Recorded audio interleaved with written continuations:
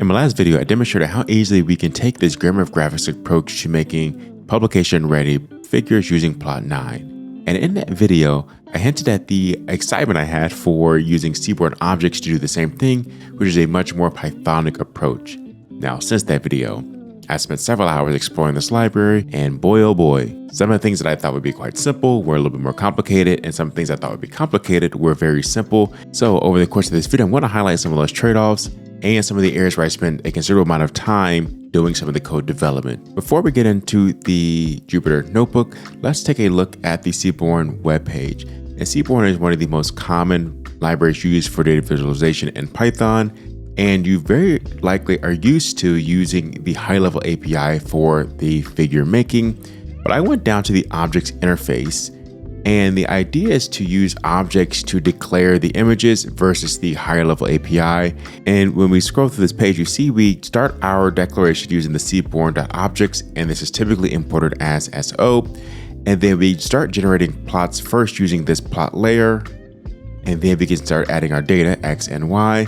And then we'll begin adding the way we want to visualize this data. So in this case, we're going to use the SO dot for a scatter plot.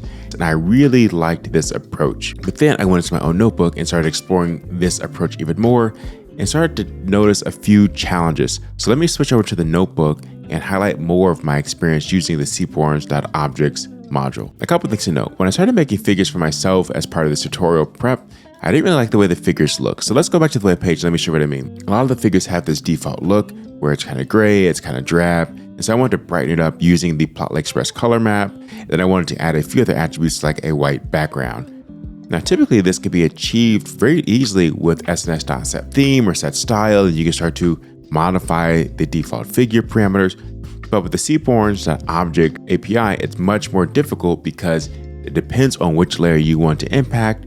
And so I've got a couple of different approaches I'm using in order to give myself the best chance at correcting the figures. And you'll see what I mean as I move through the library. So let's begin with a simple scatter plot. So you see a combination of some matplotlib approach with our fig ax plt.subplots. This is a very traditional matplotlib approach.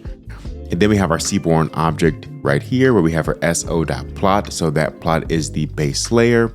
We're going to use our penguins data set. And we're going to pass in X as the bill length, Y as the bill depth, and we're going to establish the color as the species. And like the plotnine where I show we have the plus sign, we're going to use the .add method to then add a scatter plot, in which we're going to call that as so.dot, and the point size of 15 and the edge color of black. Next, we're going to set the label as penguin bill dimensions. We're going to plot this on the axes here from our subplot. And then we're going to render this to the plotter. So this is one of those small nuances that I'll highlight later on. So you'll see where this became a little bit more challenging. And then I'm going to use SNS.dspine and plt.show to render. When we create this plot, you see that it actually looks pretty nice. I like the size, the colors are great. It's easy to establish these parameters. And this is where I was really optimistic about this library because generating this was quite simple. One of the small things to note on this cell here, though, is I'm using this .on argument and I'm placing this on the axis. If I forget that, you end up with a blank axis, and that is somewhat okay. Let's say I also don't call the plotter and I use the .show. This is what I was doing very early on. And let me remove this line here. And you end up with something like this where it's really hard to update this figure. It's hard to remove that white background. But I'll show you the links I went to modifying this in a future figure. One of the frustrations I had at this point was it's really difficult to move the legend. Sometimes it works, sometimes it doesn't. And even when you look at the documentation, it also notes that sometimes the legend just doesn't move, other times it does. Sometimes you can anchor to a different location, and it's really challenging. So for single plots, I found the best workaround was to tie it to a matplotlib subplot, plot it on there, and then ignore this line there. And for most of my figures, this formulation worked quite well. When you do that, you also must use at least the plt.show in order to avoid this double rendering of your figure. And when you do that, you can adjust that. Now this dspine is somewhat redundant because of the way I'm setting my theme up here, but in some cases it worked, other cases it didn't work. So I just kind of kept it there as a backup and as a hint that you could use this to modify the output of your figure. Next, let's add a trend line. Again, this is where I'm still pretty optimistic about the figure. Note the fig ax plt.subplots boilerplate code at the top of this point, and I'm also using my plt.show and my on right there. Now, instead of just having my scatter plot here where I'm using so.dot, I'm also going to add some jitter. This will help avoid some of the points from overlapping directly. And then I'm also going to add a line where I'm going to not just have a simple line, I'm going to use a first degree polynomial fit for this. And it's going to be set based on the way I'm grouping, which would be color. When we render this plot, again, I believe this plot looks really good. This is a publication grade plot. I might update some of these smaller parameters, but this looks really good. The resolution is great, and this was fairly simple to do. And you can see how we took our scatter plot and then we just added another line on top.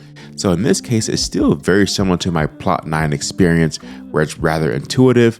And in the documentation, it's pretty easy to find the types of layers that you can add to these plots. Now let's move to some categorical data where we're going to look at a tips data set. Again, we're going to use our fig ax at the top. Now you see we're using a bar plot, but I'm also going to use the seaborn.objects.estimator and the seaborn.objects.dodge. And what this will allow me to do is by default aggregate my bars based on my color.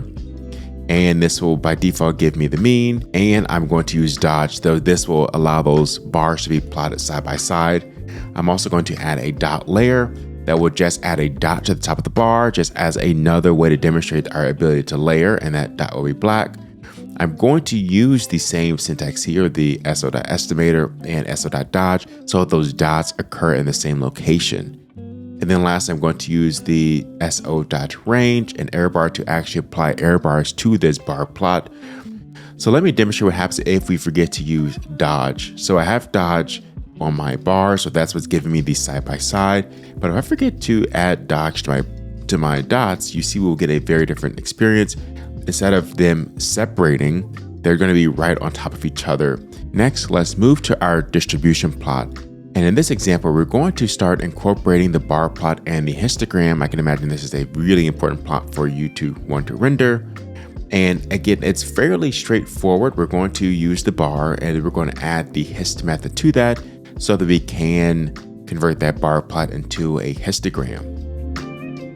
I'm also going to layer my line plot and a kernel density just to, again, add more visual variation to the figure. It takes a few seconds to render, but then we will see it pop up. And again, it looks quite nice. And we're using our figure and ax subplots and our plt.show. This again, to me, is publication worthy, and it's still fairly straightforward. But when we start faceting our plots, that's when things take somewhat of a turn, and let me walk you through that process. So throughout the entire video so far, I've been using this fig ax plt.subplots, but that doesn't quite work very well when it comes to showing the data. So let's go back to the default view, which to me does not look great. The font is small, the plot's kind of dark, the legend is overlapping the figure, and it just doesn't look very appealing. If I use this here and I add my plt.show, we end up with a blank plot there. And let's say I comment this line out and use the .show method. Let's comment this out as well. We end up with a larger version because now it's calling this layout here, but it's not very great.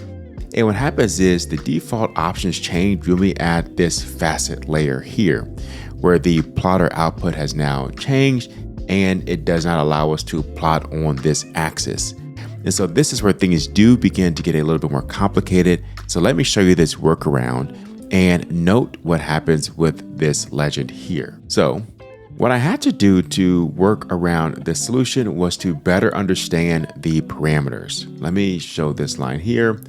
And this is definitely worth looking at if you want to explore the seaborn.objects API. So I'm running this in order to understand all of my RC parameters. Let me output this as a text editor document and move this to the side.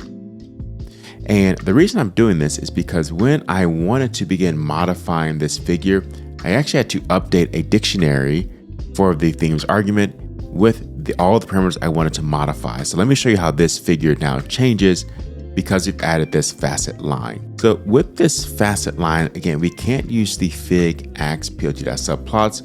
We have to now use the theme, which we did see in plotnine, and we must pass a dictionary of these RC parameters with the conditions we want.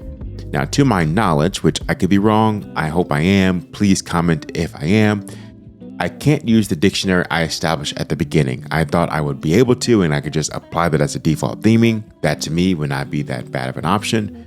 But it appears instead I needed to create my own dictionary locally in this plotter layer. And to do that, I needed to set my grid line width, my axis face color, my edge color, my spines. This is essentially what SNS.d spine does. It removes the right and top spine. And in order to change the font size, I needed to also manually update that. The plot actually does look really nice. So this took a couple hours of sorting out, trying to figure out how to attach that original dictionary before I realized I have to create my own dictionary. And again, I hope I'm wrong. Please comment, let me know your experience or someone else who might be using this more efficiently. And to me, this doesn't look bad now that I know I need this dictionary. I could just carry this around with me. But it was a little bit frustrating considering how easy it was to do most of the other plotting I needed to do in the early part of this video. But I think the harder part is it's not very consistent with other figures where we can add layers, we can tie it to a subplot, it would take those other conditions and then allow for a nice clean figure. So this part, again, was most of my time, but it was worth exploring and trying to get some conclusion versus what they demonstrate in the original tutorial page where it's all this dark gray kind of blue figure that would not really look very good in a publication or something official. So now let's go back to where we're starting to add more statistics to our plots. A couple things I want to demonstrate as well is that we are now using jitter, we're using ag, we're using polyfit. So these are things that we can apply in a traditional seaborn figure, but we're also able to just add these very simply to layers in the seaborn objects. Also, the default conditions return because we're not faceting. We have our fig ax plt.subplots with our plt.show, and it is very nice. Again, this figure looks really great, and it's pulling from a lot of those arguments we had at the top of this notebook, which I feel like the facet should. So, nevertheless, this looks really good. We can easily change these types of conditions in order to modify our figure even more. So with the healthcare, let's import another data set, which just gives us more variety for these figures. And one of the figures that I saw that I really liked is the ability to have these line plots that are faceted, but then to highlight the average line. Now I've done this using plotnine in the last video, and I was really hoping to have a more Pythonic experience with that. And this allows us to do that. A couple of things to note. Now I'm using facet. It is not updating the theming here. So in order for me to update this figure as well, I would have to go back to that original dictionary to change the face color, to change the edge color, to do those things. But I've decided to ignore that for this particular figure. But it is super easy to facet. I'm faceting by country. I have a column map of 3. My layout size is 12 by 6. So this is what it's pulling. And then I'm also setting my line width to 3. So this line here is this bolded line. And then I also have my alpha of 0.3 for these secondary lines. And these are these faint lines. So it's really cool to see the aggregated data on top of the individual samples. So now I want to switch gears to some near IR data that I have and wanted to see how easily I can take what I've learned by going through this tutorial for myself to make a figure that I would use in a publication. So I'm going back to some plastic data that I collected several months ago, and I'm generating the same type of data. The data set looks like this, where I have my plastic type, I have wavelength and absorbance. So I've just melted this data down to look very similar to the data structures that I'm inputting into these sets here. When I generate that and make my plot, I am faceting by specific material. I'm setting my column map to 2. I'm also using a couple different line plots. So one layer that will have all of my replicates, and then another layer that would be the aggregated version. So you can tell I'm aggregating because I have my so.line, comma, so.ag. When we do that, we see that we have a very nice looking plot as well, where my HDPE, polypropylene, LDPE, polyethylene terephthalate, and polyester are all faceted. That is what this facet line is doing. But again, I have to go back to the original theme dictionary to make this work, which is not the best way I believe that this API should work. And again, if I am wrong, please let me know. However, if I were to take a step back and think about where this is going, if the seaborn objects API continues to get developed, I think this is a great way to make figures. It's really easy to take one figure, apply the theme, and then quickly build another figure. And importantly, it's also really easy to layer statistics on top of the raw data, which I think is quite useful, particularly for scientific data visualization. This is where I think other tools like matplotlib and the traditional functional seaborn API kind of suffer, because it's not that easy, that intuitive to do both, but you can, and I have demonstrated that on this channel. When it comes to my thoughts between plotnine and seaborn object, it really comes to how much further each of these is developed. Now, both at their core are still based on matplotlib, which is the fundamental plotting library, but they don't quite fully adhere to the grammar of graphics approach, nor are they that fully developed compared to ggplot2 in R. And as a Python developer, I would like to have that kind of experience, but in the Python ecosystem. Other plotting libraries you want me to explore, also let me know in the comments below. In any case, I'll see you in the next video. Peace.